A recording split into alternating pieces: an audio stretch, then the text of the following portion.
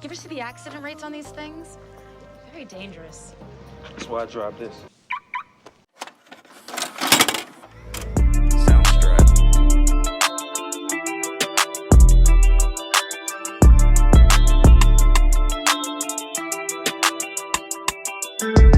Now, some of y'all been begging me to do this review for a hot minute.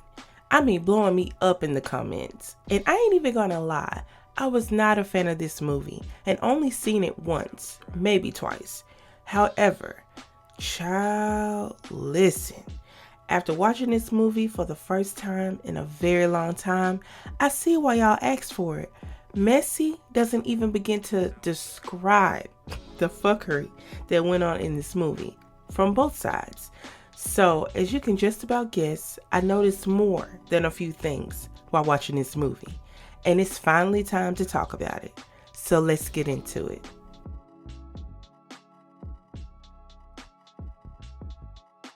Even though the start of this film is random as hell, it's kind of cute. I like the theme of it all. And you knew it was coming. Yep, we have narration in this as well. It was the go-to formula of the times. What can I say? But apparently, Ray, the guy that's narrating, is gone home to glory, and he starts pointing out the possible culprits. We glance at Tim, Daryl, and Michael, who are the husbands and boyfriend of sisters Jackie, Karina, and Bethany, and then we get a longer look at their sister, Eva, who is presumed to be the cause of all of this. We end up going back 6 months before all this happened because, we got to find out how we got here in the first place. So the guys are all hanging out over Karina and Tim's house. They're married. Tim, Daryl, and Michael are chilling, watching the game, and having a grand old time until Karina comes in to tell them that they have to go because they're having a book club meeting.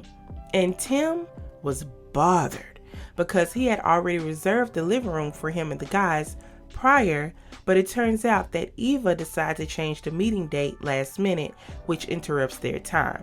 And Tim was over it. You did not tell me you wanted to use the room in my house, Eva. I'm telling you right now, Timothy. And it is half my sister's house, too. And then the guys all take turns trying to set her straight, and she pretty much shuts them down one by one and goes into a whole spiel about it too. This isn't about a book versus a football game, fellas. Oh, no, this is about men versus women. Women who uplift humanity and men who uplift lap dances. It's very obvious at this point that Eva runs shit in this family. So the guys go off to the bar to lick their wounds and listen. This whole conversation is a mess, but it does reveal questionable things about them.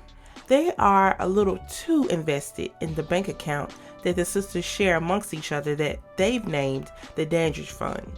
Particularly Michael, and it's really ironic since he ain't even trying to marry Bethany at this point. So why does he even care about it? It's really none of their business. But while they're hanging out, Michael spots Ray, an old friend who just so happens to be a player. He gets the bright idea to set up Ray with Eva to occupy and distract her so that they, Daryl, Tim, and he, can enjoy and maybe manipulate their women in peace. In their simple minds, Eva just needs some and all will be right with the world. We then go to Daryl and Jackie. They're married as well. Jackie is busy studying and Daryl is trying his best to interrupt her so that they can do a little something. When Jackie brings up how Eva thinks that she needs to be more focused, Daryl can't seem to contain his irritation. What is with you Dandridge women? I love my sisters, okay? And I demand that you love me the same way that you love them. I mean, he starts going in about her loving him the same way she loves her sisters, but why can't she prioritize her sister the same way she prioritizes him? Now, there is a boundary issue though. There's no denying that because Eva soon barges into their room while they were just about to do what they do, and baby Daryl was pissed. Well, don't mind us. We're just having sex. Oh, so I should just come back in, 2 minutes? Child, we then go back to Karina and Tim. Eva's helping Karina cut up these cucumbers, giving Kendall Jenner a run for her money. And while they're doing that, they start talking about how Tim really wants to try for a baby. Karina then brings up how Tim's dad had a drinking problem, so Eva suggests that she may want to limit his drinking if they don't want their future kid to come out a full-fledged alcoholic. Yeah, that was a bit much. Eva inserted herself into their relationship matters yet again, and Tim was bothered. We then have a montage time, and I guess this was meant to show how involved the sisters were in each other's lives. Honestly, they were all each other had. Their parents were gone, so they cling to each other, and I don't find an issue with their closeness. But like I said, there is a boundary issue. We'll see more of this. But later, the guys meet up with Ray to recruit him to do their dirty work. Upon first glance at Eva's pic, Ray picks up on her not so welcoming energy. She's cute. But why is she scowling like that? Nah, brother, Face that's is so tight. That's her sexy smirk, brother. She ain't scowling. So here's a little more info about Ray. Ray switches jobs every year. His parents are not around and he doesn't have a want to lay down roots anywhere. He likes his freedom, or maybe he has attachment issues, but we'll see more of this as well. But anyway, Ray knows something is amiss, so he asks them what's wrong with Eva. The guys try to downplay how much of a killjoy she is, but let her confess that she's a problem. And they try to sweeten the sketchy deal by attaching money to their ask. But listen to this.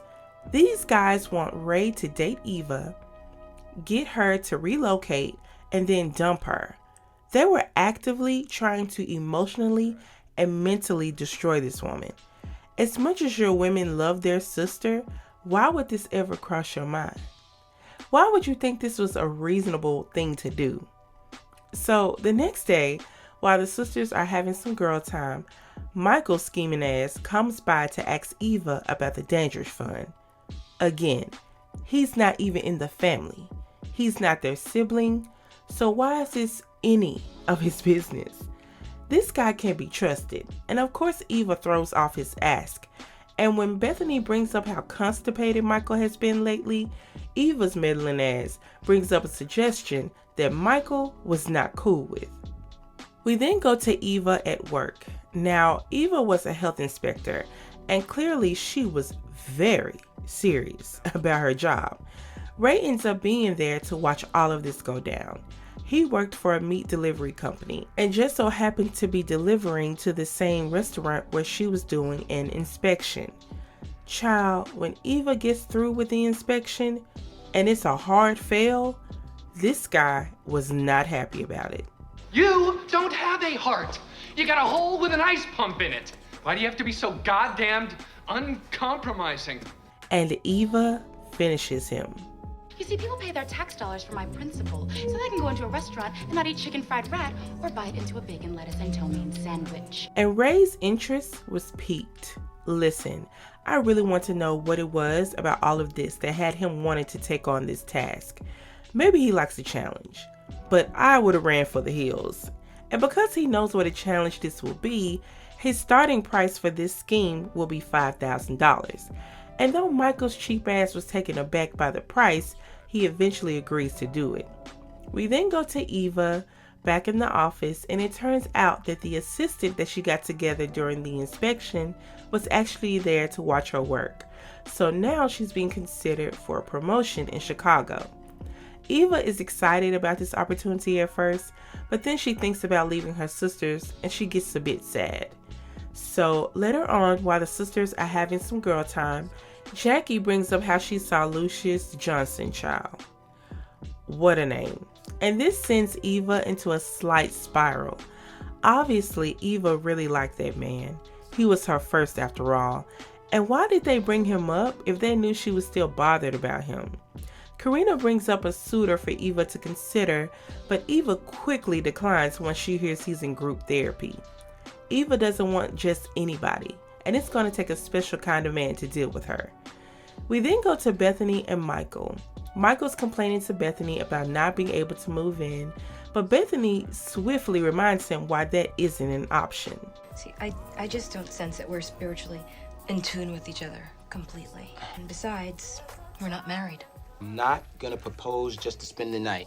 Bethany then goes on to say how Eva feels that having Michael move in when they are not married will be a huge mistake.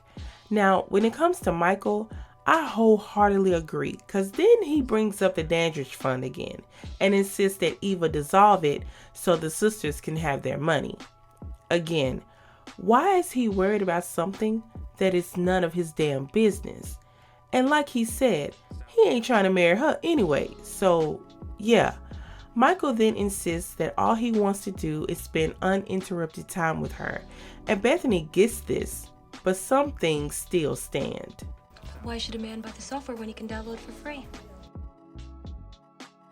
We then go to Tim and Karina. Tim is really trying to convince her to have this baby child, but Karina brings up how Eva told her that 52% of marriages fail in the first 5 years, which makes Karina want to postpone their baby making to make sure they are in it for the long haul. And you already know this sets Tim off because he, like Daryl and Michael, is getting sick and tired of Eva being the third wheel in their relationships. Then we go to the sisters at church. Tell me why Eva is the damn choir director, child, and she's taking it very serious too. This choir had a little extra seasoning on the vocals. And while these three should be focusing on the goodness of the Lord, they are in the pew talking about how much they're paying Ray to get rid of Eva. Listen, a whole entire mess. Ray eventually shows up at the end of service, just in time for Michael to save the pastor from Eva's criticism.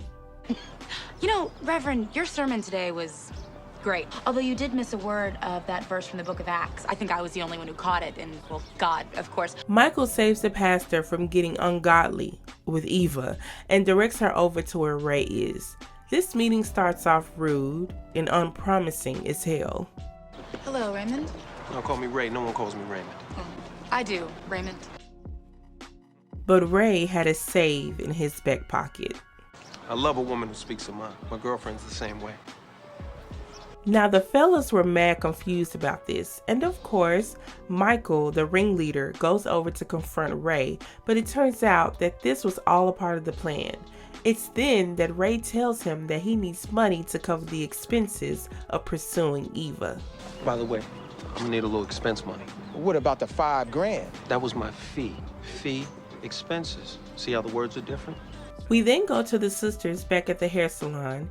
Eva's sulking about not being able to find a suitable partner, and Karina and Bethany start ganging up on Jackie by saying that she intentionally blocks Eva because she wants her all to herself. And as the sisters start to argue, Eva blurts out that she may be moving to Chicago for her promotion. The sisters are sad and Jackie is straight up pissed, but they don't want to hold her back, especially since she's already sacrificed so much. So we fast forward to the girls having a cookout, a very sparse cookout at that. Eva is being her normal, meddling self by telling Tim to cook the food properly so people don't get sick.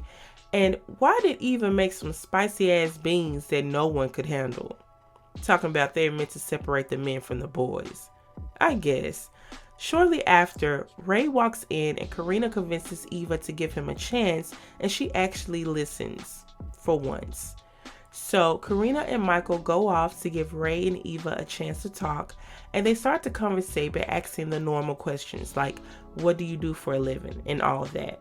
They go off to grab a bite to eat, and Ray gets a big helping of the beans. Wait for it. And while they're talking, Ray suggests that they go out, and Eva asks about the girlfriend he mentioned prior. Ray then tells her that they broke up. Listen, what was the time span of this? If he's newly single, this is a red flag, Miss Girl. But they continue to talk, the banter is cute, and Ray is saying all the right things. So if you really want to go out with me, understand that it means respecting my mind, body, and spirit. I totally respect your mind and your spirit.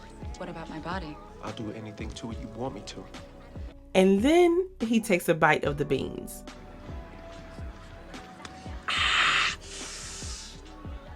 Woo! That's good. And that was all she needed to hear, and she says yes to the date. So we fast forward to the day of their date. Ray shows up late, but he makes it better by showing up with her favorite flowers. And as they head out, and while Eva blurts out yet another statistic, she makes a wrong assumption. You ever see the accident rates on these things? Very dangerous. That's why I drive this. You're joking, right? Nope. Child, this man showed up in the work truck. At least he ain't trying to front. Ray's busy trying to save up to buy a home, so he saves money however he can, which is smart and shows that he's serious about his goals, serious enough to sacrifice for them, a characteristic he shares with Eva. And Eva doesn't judge him too hard since she's able to pick up on how determined he is. They also have a cute sing-along to this classic bop. Love me now or I'll go crazy. Whoa, sweet thing. They make it to the restaurant that's highly recommended by Eva, which says a lot since old girl goes hard in the paint as a health inspector. After she mentions that there is a certain bacteria in food that can make your throat close up, Ray plays a joke on her by acting like he was choking and couldn't breathe.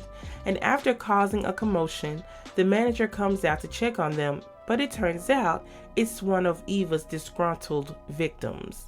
Well, well, Inspector Dandridge, how's that salad working? Yeah, so you can't really eat in peace after that. So Eva tells Ray that they're out of there. Ray swiftly tells Eva that she overreacted, and this was all Eva needed to go in and let have.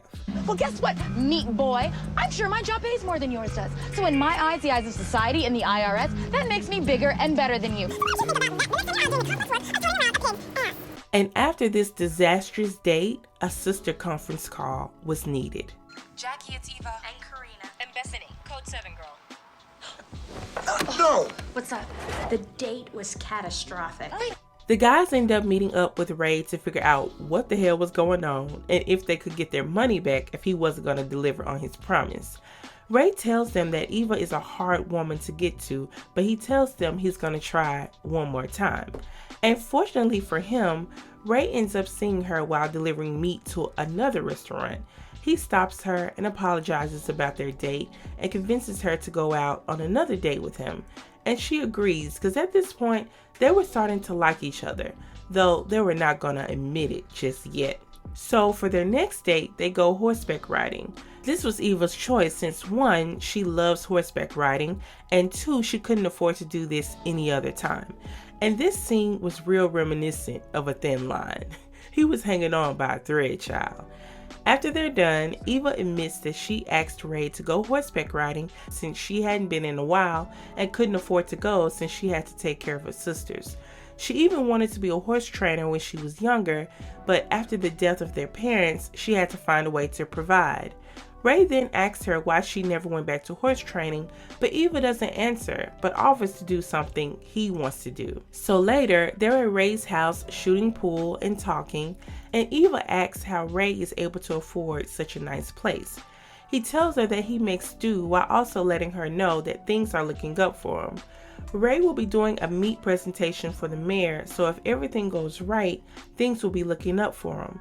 Ray asks her again why she didn't go back to horse training after her sisters were grown, and Eva again doesn't answer. Instead, she starts to question him about his life.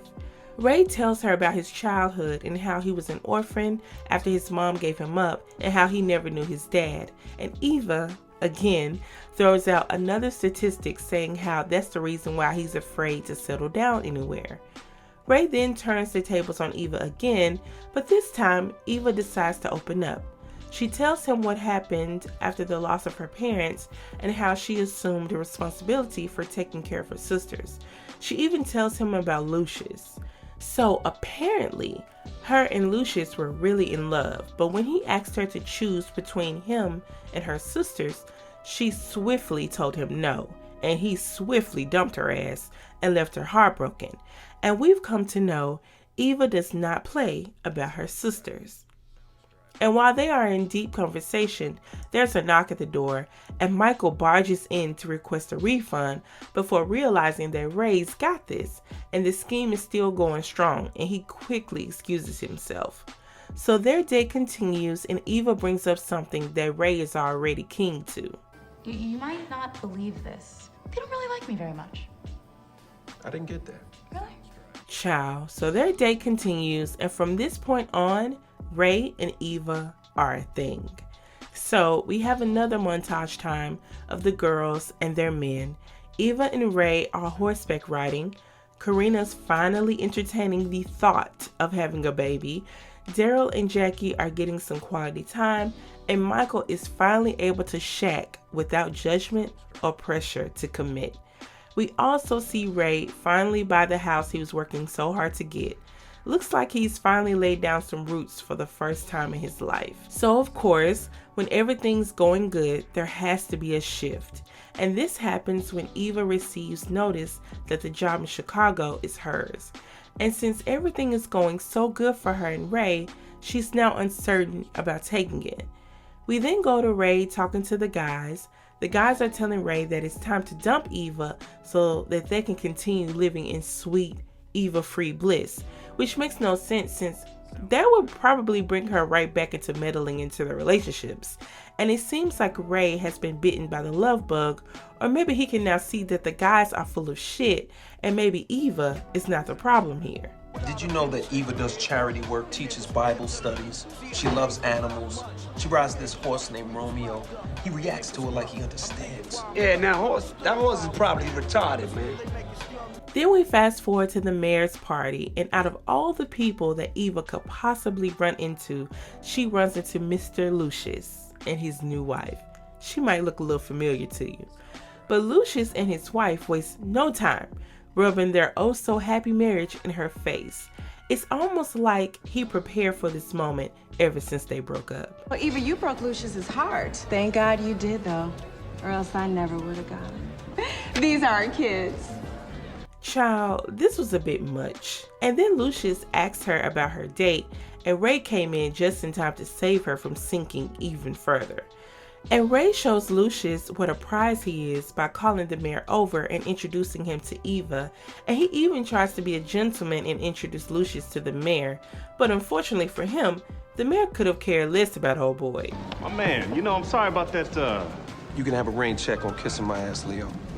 Have to dance with the prettiest girl here. And his wife was not pleased, and their happily married facade quickly fades. If you don't stop staring at her, I'm gonna slap the taste out of your mouth. And Ray and Eva don't stay at the mayor's dinner for long, because after watching Ray get Lucius all the way together, she's officially turned on and ready to do what it do. So they head back to his place. Child, I thought Ray bought a house. Why are we still in his apartment he had prior though? They didn't think that through. But anyway, Ray and Eva are all over each other and it's about to go down. Ray interrupts by saying he doesn't want to rush and how he wants things to be perfect.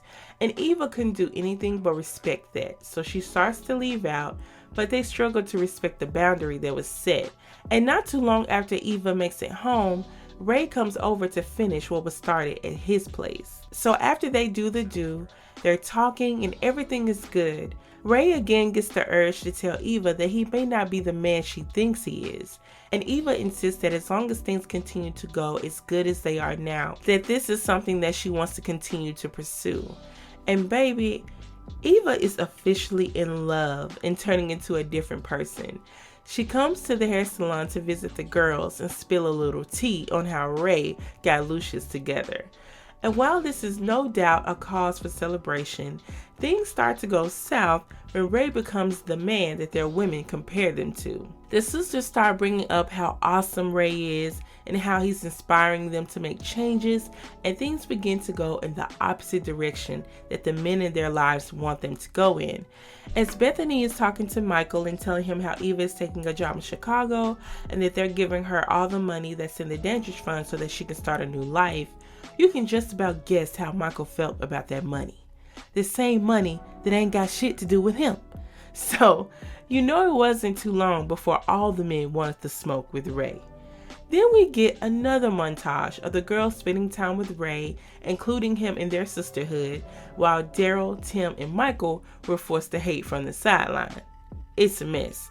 So later on, Eva and Ray are talking, and Ray tells Eva about his promotion, and Eva lets him know that she likes where things are going with them and has decided to stay and not take the job in Chicago. We can tell here that Ray is starting to feel guilty about the deal with him and the boys, especially since he's developed strong feelings for Eva. And this is where it gets ridiculous, and Michael and the boys show their whole entire ass. So the guys go over Ray's to get him together and tell him he's taking things too far. They start going on about how Eva's infiltrated his life and how she's changed him and how he's losing sight of their initial goal. And while he tries to deny his feelings for her, he later admits the truth. I think I might love her. Love? Love is an excuse, an alibi, a justification for sex, but it is not something that should stop a man from keeping his promise, Ray. This dude can't be trusted, and I stand by that. But Ray tells the fellas that he plans on telling Eva the truth about how this all came about. And of course, the guys weren't going for that. So later on that night, they decide to kidnap him and pull off the shittiest plan ever. So it all went like this. The guys went to the hair salon to tell Eva that Ray passed away. We then jump to his funeral, which was also what we saw at the beginning of the film. Remember when I said the guys kidnapped him? Well, the guys took him over to some vacant warehouse, got him all shackled up, and Michael created a fake police report that stated he died in a car wreck and he was immediately cremated. This caused Eva to take the job in Chicago since Ray was no longer there, or alive, I should say. So that leaves me to ask, who the hell paid for this funeral? Child, Eva invited all her coworkers from work and even had her friend sing a selection. Fun fact, this lady, her name is Terry Dexter by the way, can not only sing her face off, but she's responsible for writing a number of R&B hits. My favorite song that she's on is Remarkable by Jaheim. But back to the story, child. While she's singing, we see Ray breaking off the shackles and making his way to his own funeral. Now, let me say this. If I ever see somebody, anybody, bust through a funeral and they ass supposed to be dead, I'm out of there. No questions. But listen, Ray tells Eva about the guys and what they did to set him up. And then Ray goes on to admit his part in their shiesty ass plan. This leads Eva to ask how much he took to carry out this plan. And baby, when it all came out, she was completely over it. And You are exactly who I thought you were. And it was a wrap for them. And honestly, it should have been a wrap with the sisters and their men, because they have proved that they can't be trusted. I'm just saying. And Ray starts his baby please routine, showing up at Eva's job and trying to apologize, but to his credit, he's actually sincere. I have feelings for you. Life is hard, Eva. I am never, ever gonna find another woman like you. But Eva brings up a great point. We choose to be in love, and we choose what love makes us do. I earned your choice, and you stole mine. So Eva goes over to talk to the guys. Why are they not in jail right now? Especially Michael. He should be jobless, at least. Like, all of them are trash, but Michael, that guy is straight sewage. But Eva somehow calls a truce with them and everything is good in their world. Listen, couldn't be me. Oh, and Michael proposes. Should have been a hard no from Bethany though. That's a dangerous dude to be linked to. I'm just saying, stay on his good side, girl. But we fast forward to Eva at work and Ray shows up on horseback to try and woo her once more and ends up falling off the damn horse. But we learned that Ray was so serious about getting Eva back that he moved to Chicago, sold his house that he worked so hard for, and found an apartment not that far from Eva. He insists that Eva is the woman for him and he won't take no for an answer. And Eva finally succumbs to her feelings for him and says yes to another try. It's cute or whatever. Had this woman asking her man questions like this. Will you buy a horse for me? No. Child. And that's the end of the movie. And here are my final thoughts. First things first, we have to acknowledge how Eva did not respect her sister's boundaries. She would often insert herself in their relationships, in their private conversations, into what their men were doing or trying to do all the damn time. So while the guys took shit way too far, I do get how frustrating it must have been. And maybe Eva's controlling ways stemmed from her needing to be able to control something in her life. She lost her parents, she lost Lucius. So in a way, her being so controlling of her sisters and having that flow over into their relationships and being an absolute tyrant on the job was a way for her to feel like she had control over something. And this was a characteristic that was shared with Ray. Ray was an orphan from a young age, never knew his dad, so he was always on his own. He always left jobs after a year and didn't seek lasting relationships because he claimed to not want to stay in one place for too long. But really, he was scared to form attachments. Other than Ray being a part of the guy's scheme, I don't think he was that bad of a guy. He actually had some good qualities, and we got to see more of the real him as the film progressed. He was ambitious, great with his money, able to see things through, willing to sacrifice to meet a goal. And when you think about it, Eva had these qualities as well, so they were a great match from the jump. Now let's get to these trifling ass men. Like I said before, I totally get them being frustrated about Eva completely ignoring their boundaries and inserting herself in their private business. Get that.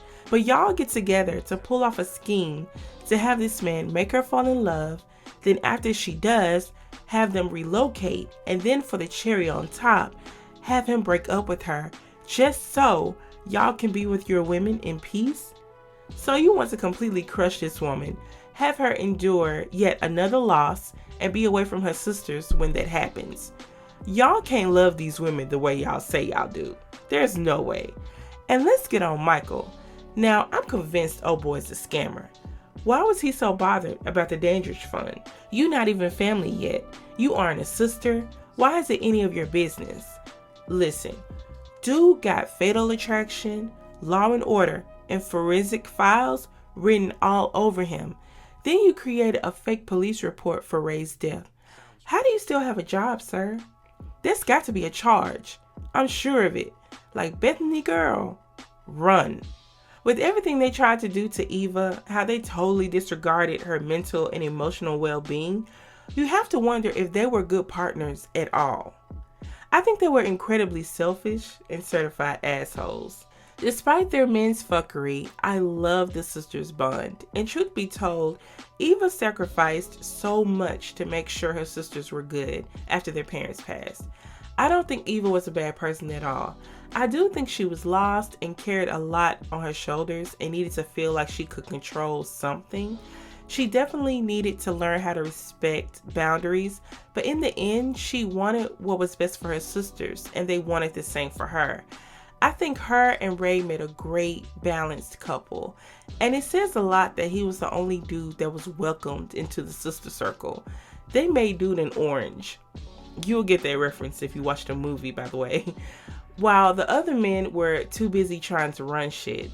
But child, I hope Bethany didn't marry that man. Anyway, that's it, y'all. As always, this video will be available on Spotify, and audio versions will be available on Apple Podcasts, Google Podcasts, and more. Thanks for watching this review. Please like, comment, and subscribe if you haven't already, and I'll see you next time. And to give you a clue for the next review, all I'm going to say is 1996 psychotic teenage love affair. Bye.